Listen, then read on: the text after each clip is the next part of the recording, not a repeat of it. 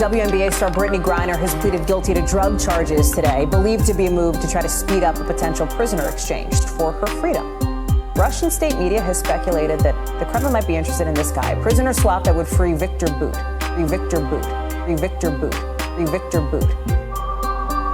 Let's forget what happened. We can be good allies in the wars to come. Don't make me have to ruin this marvel of American technology. Viktor Koval, Viktor Koval, Viktor Koval. The terror of the Balkans, my man. What makes you think that you're still calling shots? He's a convicted arms dealer serving a 25-year sentence right now in the U.S. But who is he? Like, how did he end up in federal prison? Why is he called the Merchant of Death? You've got the context check. Inside this medium security prison in Illinois sits convicted Russian arms dealer Viktor Bout. Dealer Viktor Bout. Dealer Viktor Bout, allegedly one of the most prolific arms dealers in the world.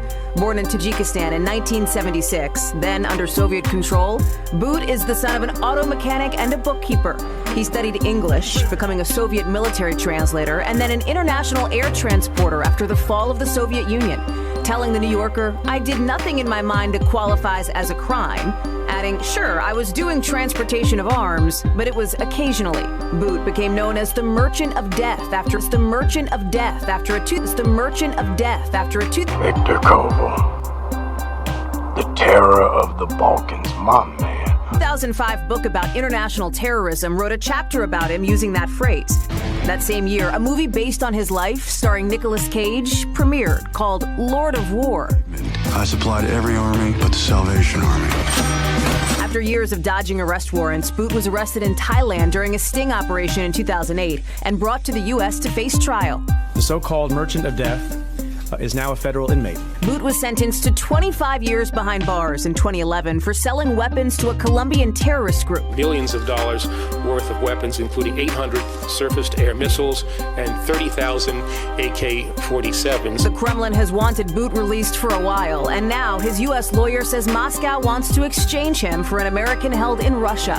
That American could be WNBA superstar Brittany Griner, a possibility the Biden administration refuses to talk about, even with some experts suggesting it's not out of reach. They just recently did a trade to get Trevor Reed out of jail for a Russian criminal, and now the Russians want to repeat that.